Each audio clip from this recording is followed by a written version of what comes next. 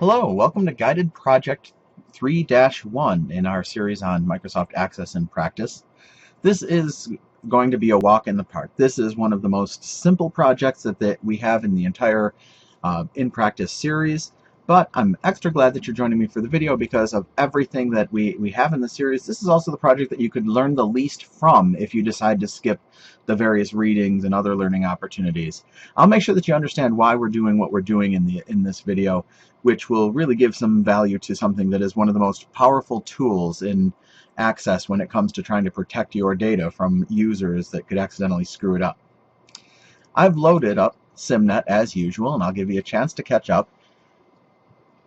And if you'll want to follow along with the loading process, I'm just going to skim down to where we see the blue projects. I'm going to look for our Chapter 3. Here's 3-1, and I'll open this one up. Looks just like what we're used to.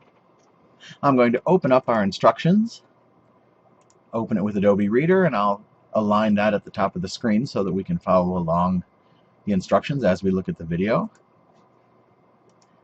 And then the next thing that we're going to do is we are going to open up the start file, which is the bottom element on the screen. Remember, this is required in order to submit your projects. It contains hidden materials that allow it to verify that this is your own original work. This will open up in Access off at the bottom. And I'm going to make sure that we see the early instructions here, because it is a little different with some of these Access files. First thing that we want to do is we want to make sure we do a save as, or we won't be able to use this file for any of the editing that is required of us. You'll notice it changes the name automatically for us, but it will be up to you to choose a name that matches what your instructor gave you if they require something different. I'm going to make sure I'm in the Documents folder by clicking Documents on the side, and then I'll click Save.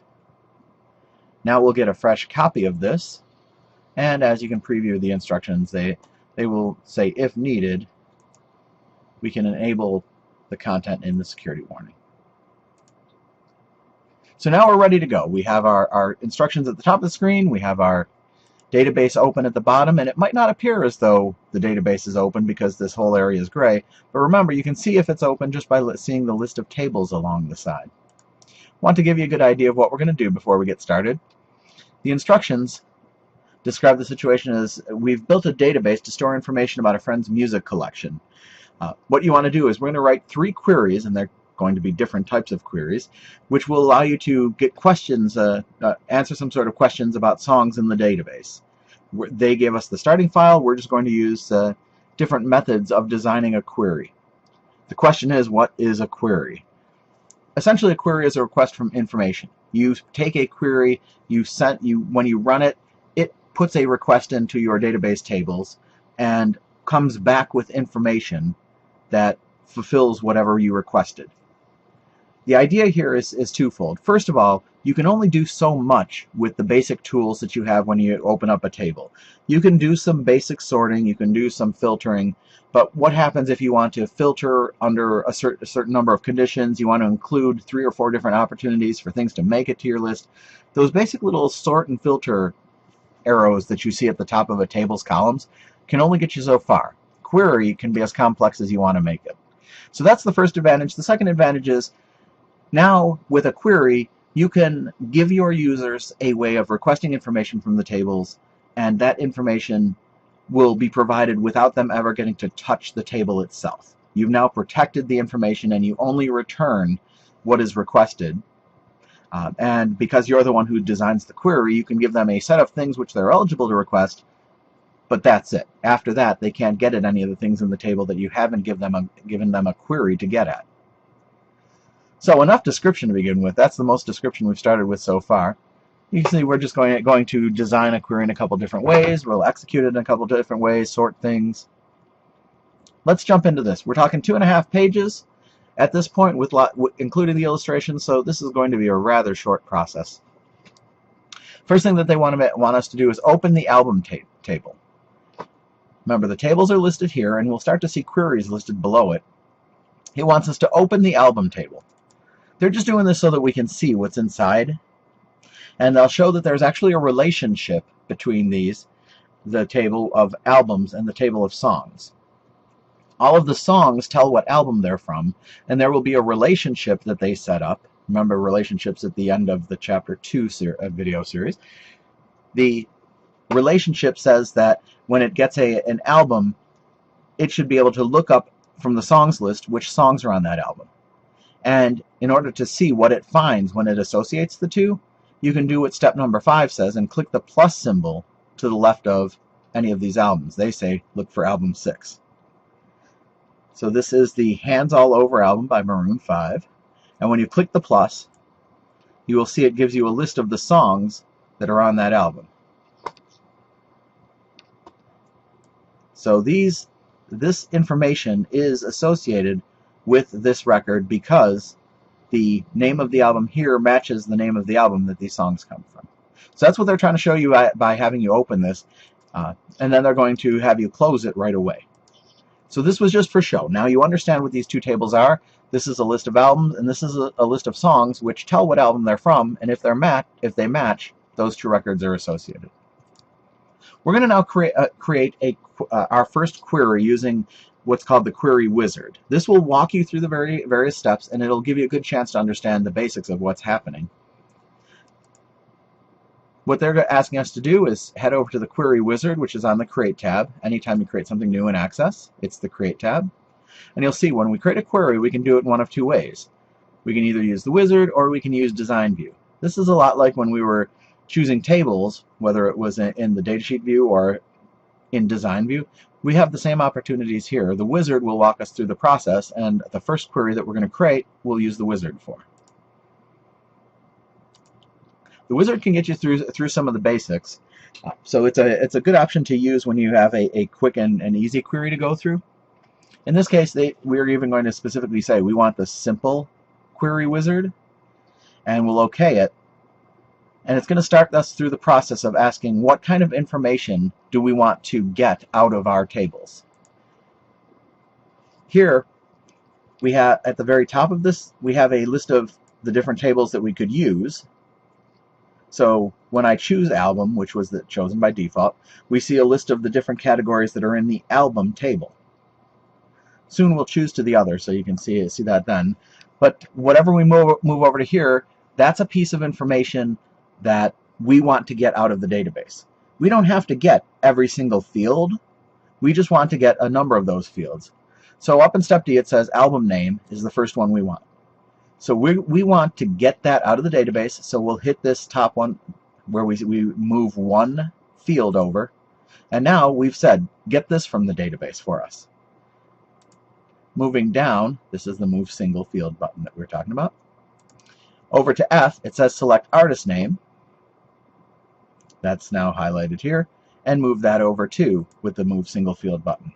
It says Continue moving genre and release date fields. So I'm going to say we want the genre field also. Here's release date down here. We want that also.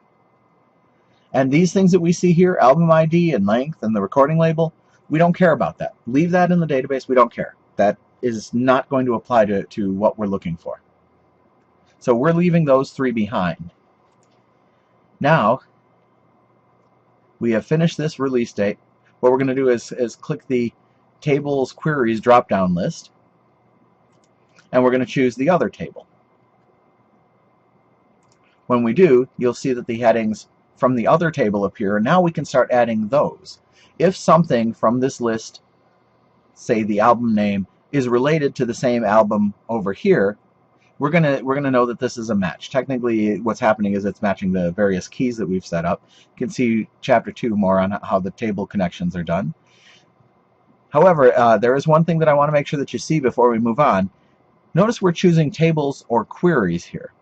The reason why that isn't by accident. The reason why you see that there is because when you run a query, it returns something that is sort of like a table itself, as you'll see in a couple minutes. So you could actually take a query that you've run, and then you could run a query on the results of the previous query. So that's what the simple wizard is asking us. Do we want to take the information from a table, or do we want to turn to the results of some other query and run that first? So you can run a query on either tables or previous queries. Now it tells us to move song title from this songs list over. So I'm going to push that over with that one click.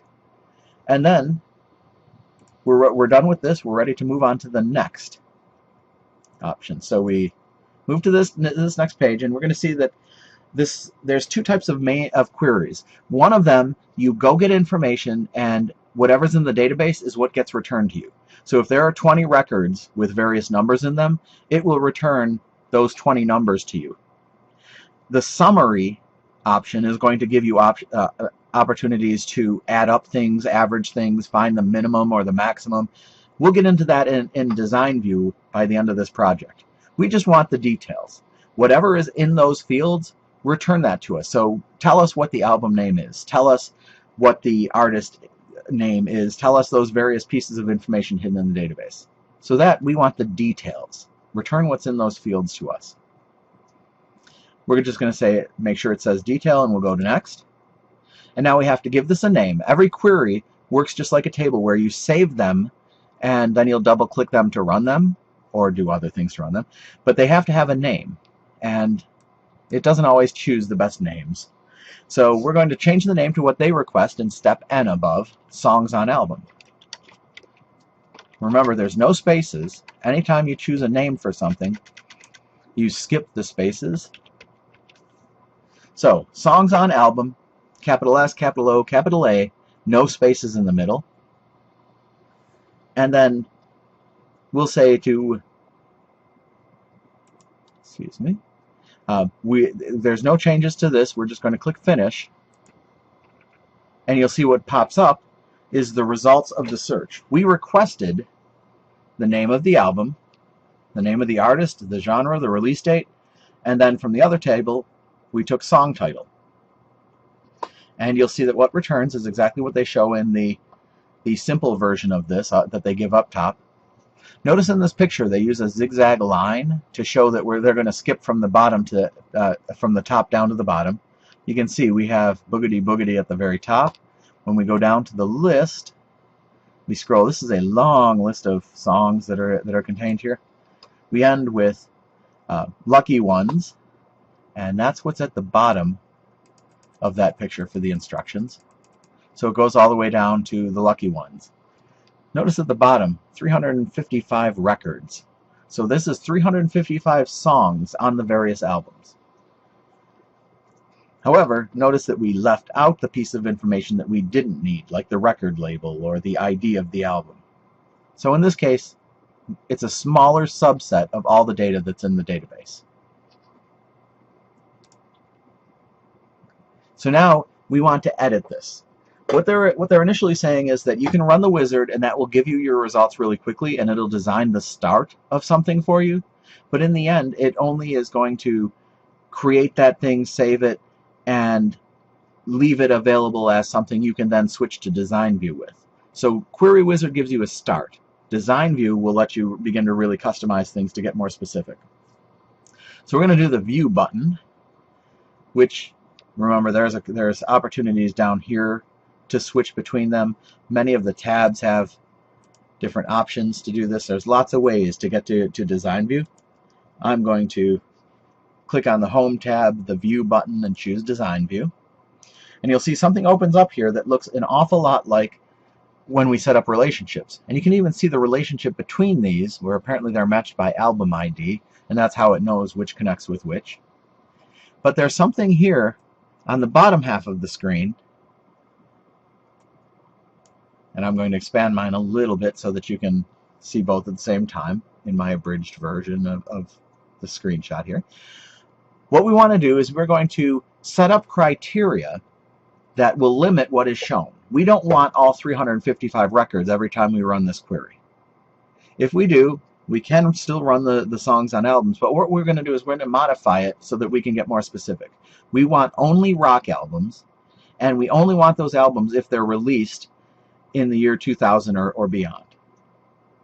So we've switched over to Design View, as they mentioned in Step A, and you'll notice that this is exactly what we asked for, presented in a new format. Here, we have the field names that we requested back when we ran the wizard. We wanted the album name, the artist name, the genre, the release date. And then here's song title from the other table, and here's the different categories that we have. It comes from the table albums.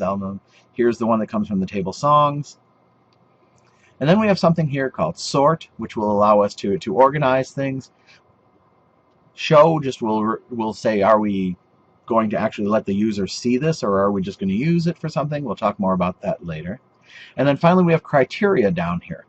Criteria allows us to filter the results that we get so that a certain criteria has to be met if that record is going to be included in the query results.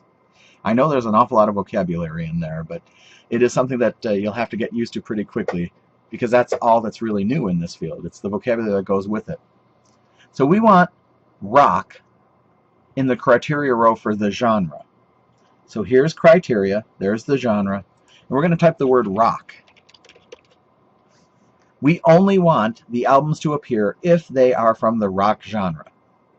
Now here's one of the nice things. I'm about to hit tab, but I'm not doing it yet. Get ready to watch the change that happens where we have rock typed. One of the things that frustrates people an awful lot when you're doing Excel is you don't know if you're supposed to put different things in quotation marks yet, or single quotations, or how all of this fits together. The moment that I tab to the next field, it'll take care of the quotation marks for us. So that makes Excel a little more complex. Access takes care of things that kind of drive us a little crazy sometimes with Excel. They take some time to point that out up top too, coincidentally. And now this is ready. It's been modified, and we're ready to run it. Remember, when we say run it, that means go fetch those records for us. You'll notice there's a run button up at the top, and when you press run, it filters out that data and finds only the ones that are rock albums. Now I'm going to scroll down so you can see this. We have one album, we have another album, we have a third album, a fourth, a fifth, sixth, but you'll notice as we scroll down, every single one of them says that it's from the rock genre. So all the other genres we saw in the earlier query have been filtered out. All it took us was, I'm going to switch back to design view, all it took us was adding rock as a criteria to the genre. Worth noting, if you accidentally chose the wrong column, say you put rock as the artist name instead of the genre, you'd get 0 results. There are no songs by an artist called rock in this database.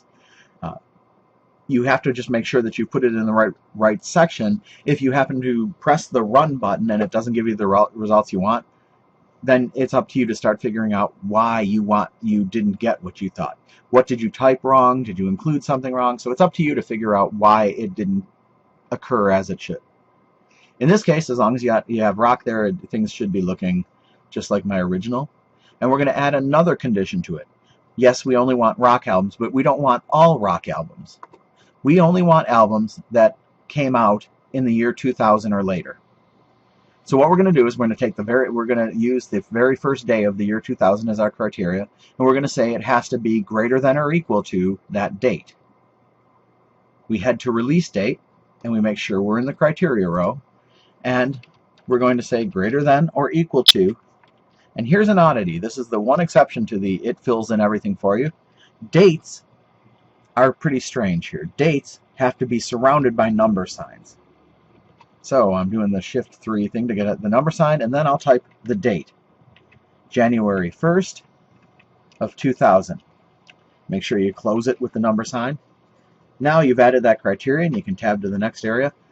And what we're looking at is it has to meet this criteria and it has to meet this criteria. So we've added it and tells us now we can run the query down here. When I press run, here's the first album, call and response. Here's the second, born and raised. Those are the only 2 albums that get returned. Why? Because they're the only 2 albums that were on the list that were both rock albums and were released in the year 2000 or later. So we keep adding criteria, and you can add as many criteria as you want.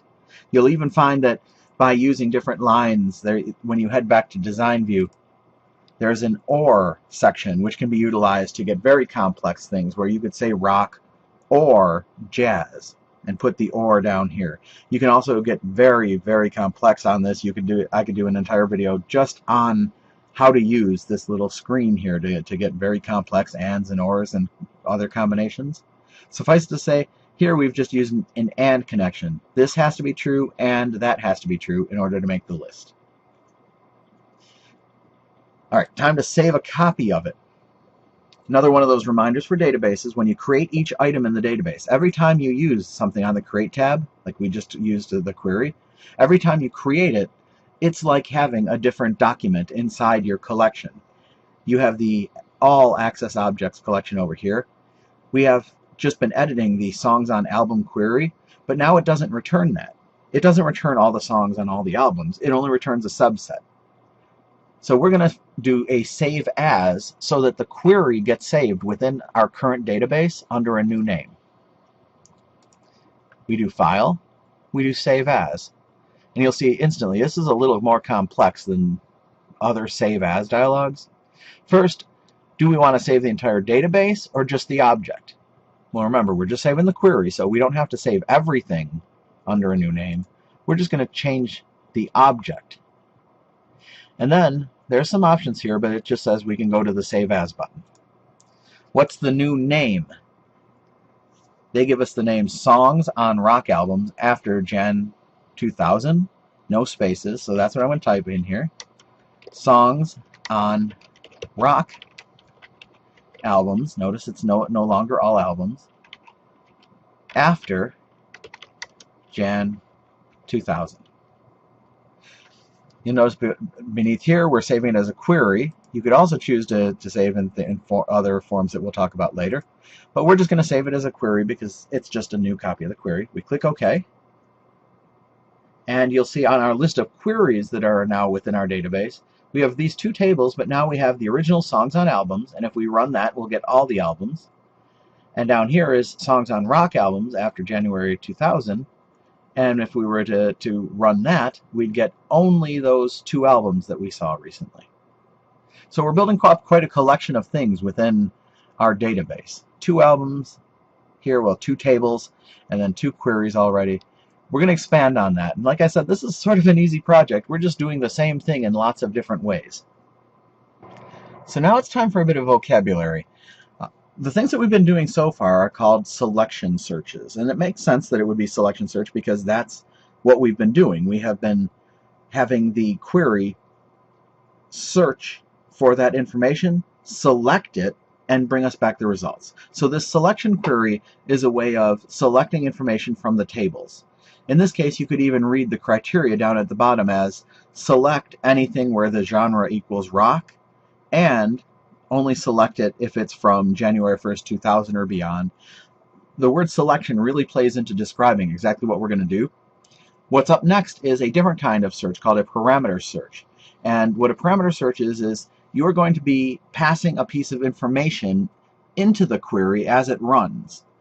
And you'll be able to give some information on the spot, and it doesn't have to be the same information every time you run it.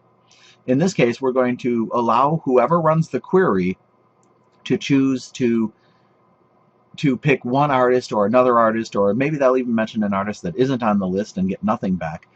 We're going to allow a parameter to be passed into our query. So this is called a parameter search.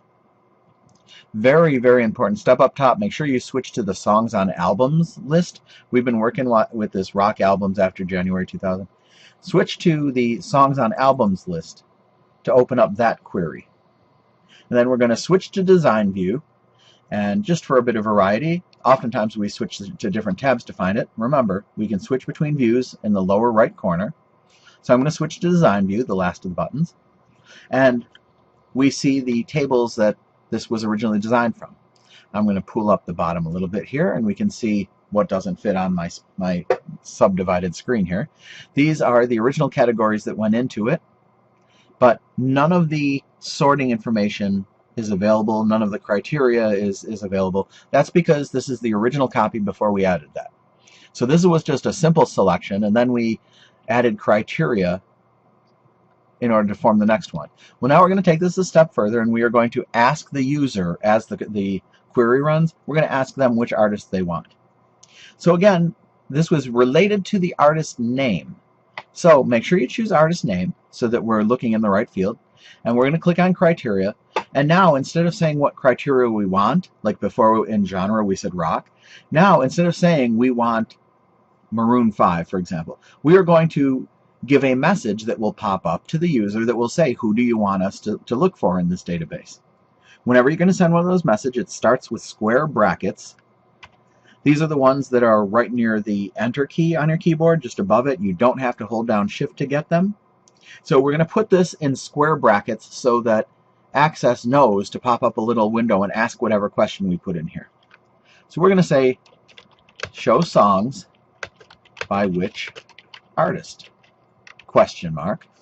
That's what we're going to ask, and be sure you close the square brackets. And now, if we tab over to the next category, it accepts it as our criteria, and the instructions tell us to run this query. When I run it, there's our message. Here we typed show songs by which artist, and it pops up a little window that says show songs by which artist, and it asks us for the parameter we're going to pass in. Whose songs do we want? To follow the instructions, they say Maroon 5. So we type that, we hit OK, and now we have all the songs from the list by Maroon 5. Notice something extra about this. There are pop songs on here, and there are rock songs. Remember, the rock-only criteria came from the other table. So we're using the one that would return any. So instead of just getting that little set, we get everything in the entire list by Maroon 5. In this case, we chose Maroon 5. If we had chosen somebody else that's on the list, then we'd be getting just their songs. If we chose somebody who isn't on the list, we'd just get a blank worksheet here. I say worksheet again, but it's technically a data table. But here we're sort of merging this so that with the worksheet view would be blank. You'd have the category names, but there'd be nothing in any of them because that person doesn't appear on the list. We can take this a step further to do sorting. If we head back into Design View, and this time I'll use the approach up here. There's already a design symbol there, so I'll click that. We're back into being able to look at how this is built. We're going to use sorting. Notice that there's a row across here that we've never really talked about called sort. This will allow you to organize things just like happens in tables in either Excel or Access. We are going to be able to organize them alphabetically for any of these options here. And it specifically tells us we want to sort them by the release date. So we go to release date, over to the sorting row. When we click it, we'll get an option. And up here it says make sure we pick ascending. So we pick ascending. And now what it's going to do is it's still going to ask us which artist we want. Every time you run it, you have to make that choice as it runs.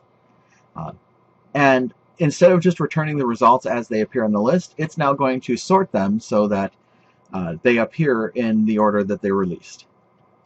Gives us the option to click Run, asks us which artist, just so that you can see that we're following the instructions. We will say Maroon 5 again. We click OK, and here we go with just Maroon 5 albums. Here's the ones from 2008. Here's the 2011, the 2012s. So now it's the same songs that we saw before, same 48 records here, but now they're sorted by which came first. You can add this sort of sort to both simple selection queries and here to the parameter queries. Anytime that you can use that option in Design View where you say sort, you can sort not just on one thing, but you can even sort on different things. Whichever one is on the left gets sorted first, and as you move to the right, it sorts them additionally. So you can do an awful lot of sorting just by using that individual row of sort options. So we've made sure that it works right, and you'll see we're done with page 2. We're really close to the end here, and remember, it's only 2.5 pages, not 3. All right, so now what they're asking us to do is to save it again under a new name, which makes sense because this originally returned all the songs on all the albums. Now it only does it for whatever song was passed in. So we're going to do that Save As thing again. So we click the Save As button on the File tab. Remember, we're just saving the object, just the query, not the entire database. What do we want to save it as? They give us the name Song Count Artist parameter. And we click OK. When you look up here, you will see that the number of steps it takes to actually create a search is pretty small. They just give us the label here. We go A through E. We have an entirely new search built just in those 5 quick steps.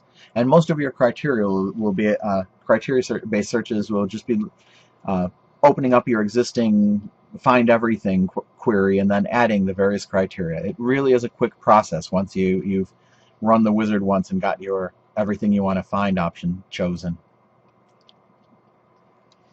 There's one last type of query that you can create, which is a type of summary query where you are going to not return the options that are filled out in the table for you, but you are going to create some sort of calculation based on them.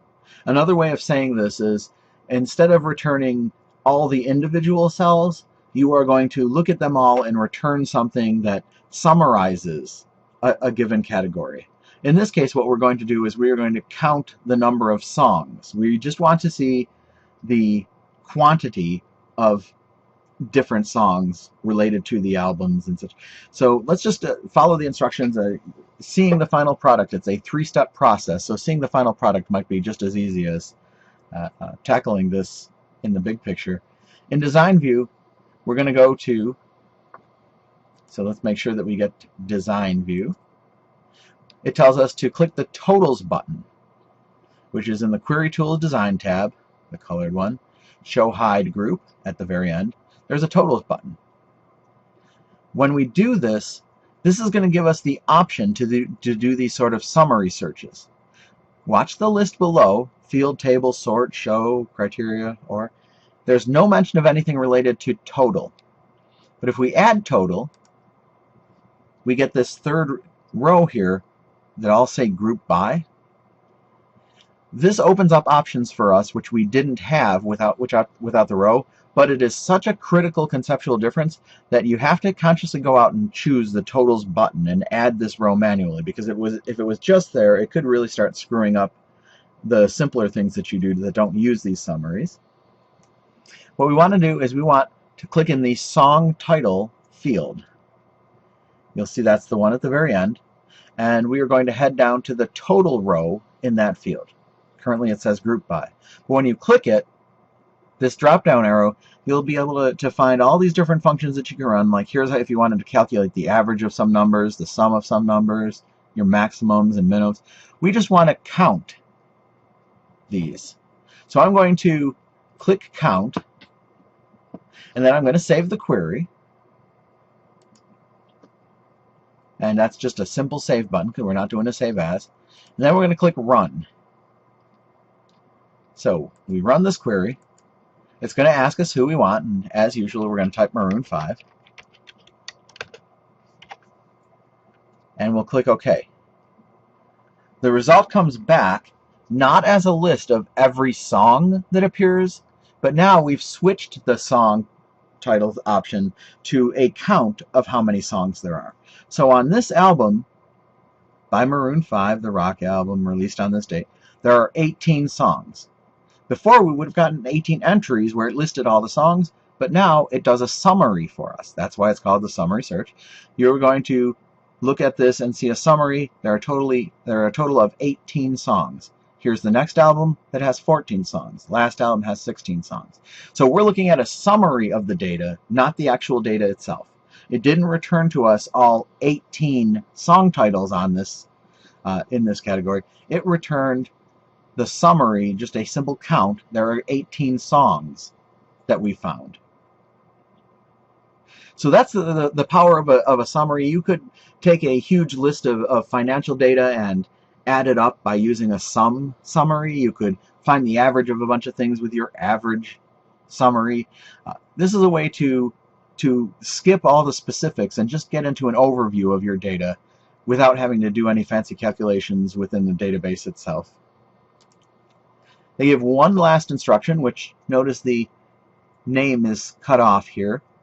It gives us the option, as desired, extend the width of this. I'm just going to click down here grab the edge until I get that little movable cursor, and I'll make it big enough so that you can read the entire label here, the field name, count of song title. And that's it. It is time to close this. I will save the changes.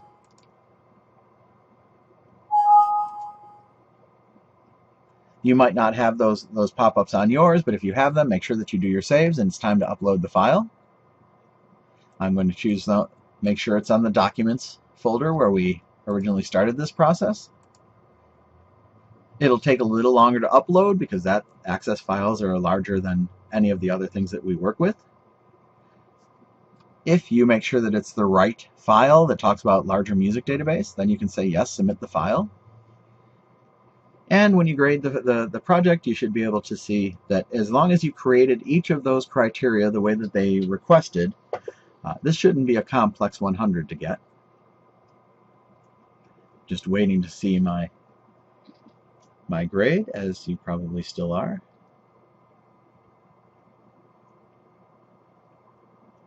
And now we see it's preparing the result, about to give us our final grade on the project, and we did get the 100. Remember, in the class that we use this for, you have 3 opportunities, so if you did do something wrong, you have a chance to make it up. But in this case, we've already got our 11 things perfect out of the 11 that we needed. It's a 100%. And most importantly, because you use the video, I'm hoping that you understand now the terminology that goes behind it. What is a query? What is the selection criteria? The parameter searches that you do? How do you do dates and earlier than dates? What does all this mean? And in the end, what are summary searches and the possibilities of that? Once you know this opens up the opportunity to really lock down your database, make sure that nobody gets direct access to the tables. If they want to look for something, they can only look for what you give them access to, but you still give them some freedom, being able to pass in their own parameters and organize things themselves. So this is the first step in taking the tables away from the users and having it be something that only you have access to. Next video, we're going to be looking at how you are able to give them abilities to pass information in and out of the table without giving them access to the table, which will be forms and reports, and we'll get into that in the next video. Between now and then, I'd actually use this huge data set that they give you to play around and see if you can create your own additional criteria in your free time to make sure that you fully understand all the abilities that you have with this. Until the next video, hope you enjoy what you've learned.